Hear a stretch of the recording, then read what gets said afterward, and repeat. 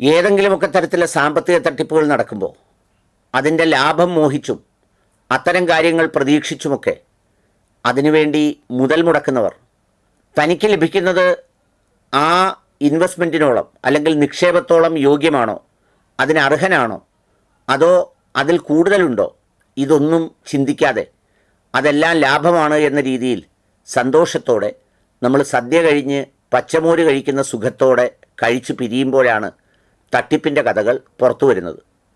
ആ കഥകൾ പുറത്തു വരുന്നത് വരെ ആരെല്ലാം ഉപദേശിച്ചാലും ആരെല്ലാം ശ്രദ്ധിക്കണമെന്ന് പറഞ്ഞാലും അല്ലെങ്കിൽ ആരെല്ലാം ഏതെങ്കിലും തരത്തിൽ ഒരു കരുതൽ വേണേ എന്ന് പറഞ്ഞാലൊന്നും വിശ്വസിക്കാൻ തയ്യാറാവില്ല.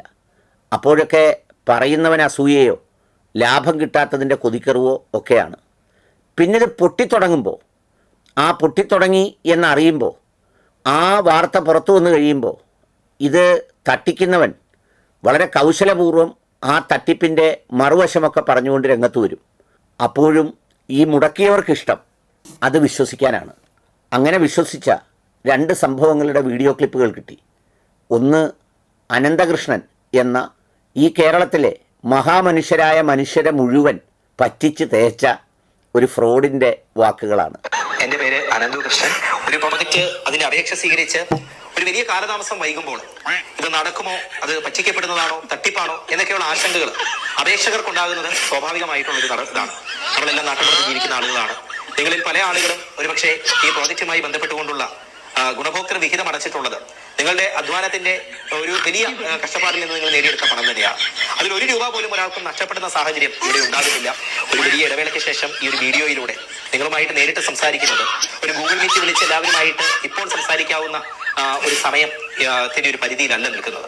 എന്നാൽ ഈ ഫെബ്രുവരി 1-ാം തീയതി മുതൽ ഒരു കസ്റ്റമർ റിലേഷൻഷിപ്പ് മാനേജ്മെന്റ് സംവിധാനം ഒരു നമ്പറിൽ ഏർപ്പെടുത്തിക്കൊണ്ട് അതിൽ വിളിച്ചു കഴിഞ്ഞാൽ അതേ ദിവസം തന്നെ ബന്ധപ്പെട്ട ഡിപ്പാർട്ട്മെന്റിൽ നിന്ന് തിരികെ വിളിച്ച് മറുപടി നൽകുന്നതിനുള്ള ഒരു ക്രമീകരണവും പെൻഡിംഗ് നിൽക്കുന്ന ക്യാൻസലേഷനുകൾ പരമാവധി ഒരു 3-4 വർക്കിംഗ് ഡേ കൊണ്ട് ഓവർകം ചെയ്ത് ക്യാൻസലേഷൻ നടപടിക്രമം ഏറ്റവും ആദ്യമേ പൂർത്തീകരിക്കും.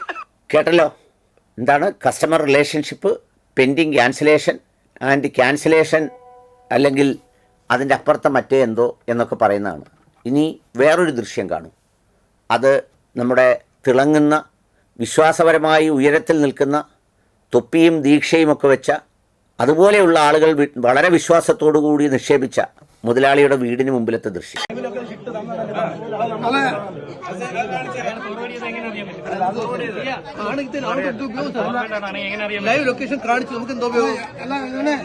ഒരു കാര്യം ഞാൻ പറയാം, അയാള് നാളത്തരം കഴിഞ്ഞ് ഇന്ത്യ വിട, അയാൾക്ക് ഒരു FIR പോലും ഇല്ല.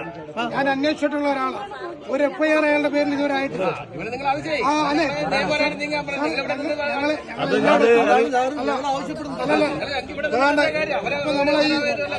ഇതിപ്പോ ഇവിടുത്തെ ഉദ്യോഗസ്ഥർ അവർക്ക് അറിഞ്ഞൂടാ. ഞാൻ പറയട്ടെ, കൂടുതൽ മീഡിയകള് ഞാൻ 3 ദിവസമായി എല്ലാ മീഡിയകളെയും വിളിക്കുക, പക്ഷെ ഒരു മീഡിയ പോലും വന്നിട്ടില്ല. കാരണം നമുക്ക് എന്താണെന്ന് അതിന് മനസ്സിലാക്കാൻ പറ്റിയത്, 1000 രൂപ ഒരുത്തൻ ഒരാളിൽ നിന്ന് കടം മേടിച്ച് കൊടുത്തില്ലെങ്കിൽ അപ്പോഴേ ബ്രേക്കിംഗ് ന്യൂസ്, ഫ്ലാഷ് ന്യൂസ് എല്ലാം വരും. സത്യത്തിൽ ഇവിടെയുള്ള സ്പെഷ്യൽ ബ്രാഞ്ച് ഇത് റിപ്പോർട്ട് ചെയ്തിട്ടില്ല. സ്പെഷ്യൽ ബ്രാഞ്ച് ഉദ്യോഗസ്ഥരെ പോലും കയ്യിലെടുത്തുകൊണ്ട് മൻസൂർ കാസർഗോഡ് മുതൽ കന്യാകുമാരി വരെയുള്ള ആളുകളെ പറ്റിച്ചിരിക്കുകയാണ്. ഇതിൽ 1 ലക്ഷം മുതൽ 5 കോടി രൂപ വരെയുള്ള, അതായത് ഞാനൊരു പൊതുവായിട്ട് നിൽക്കുന്ന ഒരാളാണ്. എന്റെ അടുത്ത് 50 പേരുടെ പ്രൊഫൈൽ ഇരിപ്പുണ്ട്. നാളെ വർക്കലയിൽ മകളുടെ കല്യാണമുള്ള 3 ഫാമിലി ഉണ്ട്. അവർക്ക് ഇന്ന് പൈസ കിട്ടിയില്ലെങ്കിൽ അവർ ആ മകളുടെ കല്യാണം മുടങ്ങും, അവർ ജീവൻ അവസാനിപ്പിക്കുമെന്നാണ് പറഞ്ഞത്. അതുകൊണ്ട് തൊപ്പിയും ഇട്ട് താടിയും വളർത്തി നിങ്ങൾ മുസ്ലിമാണ്, അള്ളാഹുവിന്റെ 100 നാമങ്ങളും ഇട്ട് അവിടെ ഇവിടെ ഒളിച്ചിരുന്ന ഇത്രയും ആളുകള് ഈ നിൽക്കുന്ന ഓരോരുത്തരും 5 പേരുടെ പ്രതിനിധികളാണ്. അതുകൊണ്ട് വളരെ മോശമാണ്. ഇവിടെ ഉദ്യോഗസ്ഥരിപ്പോ അവനെ വിളിച്ചപ്പോ അദ്ദേഹം പറഞ്ഞത് ബോംബെയിലുണ്ട്, താനായിലുണ്ട്, ഒന്നുമില്ല. ഇനി എവിടെയോ ഇരുന്നോ പൈസ, പാവങ്ങളുടെ പൈസ ഞങ്ങള് 3 മാസമായിട്ട് ഒരു മീഡിയക്ക് കൊടുത്തില്ല, ഒന്നിനും കൊടുക്കാതെ ഞങ്ങൾ ഒളിച്ചൊളിച്ചു വെച്ചെന്നറിയാം. പാവങ്ങളുടെ പൈസ കിട്ടുന്നു. ഇപ്പോഴും ഇത് മീഡിയയിൽ കൊടുക്കാനല്ല. മൻസൂറെ, നീ ഇത് കണ്ടുകൊണ്ട് ഈ പാവങ്ങളുടെ പൈസ നീ തിരിച്ചു കൊടുക്കാൻ ശ്രമിക്കണം. ഇവർക്കാർക്ക് ഇൻട്രസ്റ്റും പലിശയും ഒന്നും വേണ്ട. ഇതാരും പലിശ മേടിക്കുന്നവരല്ല. നിന്റെ ബിസിനസിന്റെ ലാഭം കൊടുക്കാമെന്നവരാണ് ഈ പാവങ്ങളെ പറ്റിച്ചിരിക്കുന്നത്. അതുകൊണ്ട് നിന്റെ ഉമ്മായിക്കും ഭാര്യയ്ക്കും സുഖമില്ലെന്ന് പറഞ്ഞിട്ടും ഞങ്ങൾ ഇവിടെ നിൽക്കുന്ന ഓരോരുത്തരുടെയും വീട്ടിൽ സുഖമില്ലാത്ത ഉമ്മമാരുണ്ട്, പെങ്ങന്മാരുണ്ട്, മക്കളുണ്ട്. എന്റെ അടുത്ത് 4 ക്യാൻസർ പേഷ്യന്റുമാരുടെ അവർ കൊടുത്ത പൈസ അവരെ മക്കളെയും കൊണ്ട് RCC നിൽക്കുക. ഇതുവരെ അവരുടെ കോളൊന്നും എടുത്തിട്ടില്ല. അതുകൊണ്ട് ഇത് 2000 കോടിക്ക് മുകളിലുള്ള സാമ്പത്തിക തട്ടിപ്പാണ്. അനന്തകൃഷ്ണൻ 1000 കോടി രൂപയാണ് തട്ടിച്ചതെങ്കിൽ ഇത് 2000 കോടി രൂപയാണ്. വീണ്ടും ഞാൻ പറയുന്നു, പാവത്തുങ്ങളാരെങ്കിലും 1000 രൂപ കടം വാങ്ങിയാൽ അപ്പൊ തന്നെ FIR ഇടുകയും അപ്പൊ തന്നെ കേസെടുക്കുകയും ചെയ്യുന്ന കേരളത്തിലെ ആഭ്യന്തര വകുപ്പ് ഇത് പ്രത്യേകം ശ്രദ്ധിക്കണമെന്ന് തന്നെ എനിക്ക് പറയാനുള്ളത്. അവർക്ക് ശ്രദ്ധിക്കാൻ കഴിയില്ല, അവർക്കെല്ലാം കൈക്കൂലി കിട്ടുന്നുണ്ടാവും. ഞാൻ ഒരു രോഗിയുടെ വിഷയമാണ് വന്നത്. ആ ഹോസ്പിറ്റലിൽ കേട്ടല്ലോ, അത് വേറൊരാളിൻ്റെ പ്രകടനമാണ്. അല്ല, ഞാൻ ചോദിക്കട്ടെ, ഈ ഇവിടെ നിൽക്കുന്ന പോലീസുകാരെങ്കിലും ഇതുകൊണ്ട് കൊടുത്തതിന് ഉത്തരവാദിയാണോ? ചാനലുകാരും വന്നില്ല എന്ന് പറയുന്നു. ചാനലുകാരെടുത്ത് ചോദിച്ചിട്ടാണോ കൊണ്ടു കൊടുത്തത്? ചാനലുകാർക്കും മാധ്യമങ്ങൾക്കുമൊക്കെ അവരുദ്ദേശിച്ചത് നടന്നു. അവർക്ക് പരസ്യം കിട്ടി, അവർ കവർ പേജ് കൊടുത്തു, അവർക്കൊരു നന്ദി വേണ്ടേ? അപ്പോൾ ചിലപ്പോൾ അവർ ചവിട്ടിപ്പിടിച്ചെന്നിരിക്കും. ഇവരോട് ആരോടെങ്കിലും നിങ്ങൾ എഴുതി ചോദിച്ചോ ഈ കാശ് കൊണ്ട് കൊടുക്കുന്നതിന് മുമ്പ് ഇത് കൊടുക്കാവുന്ന ഒരാളാണോ എന്ന്?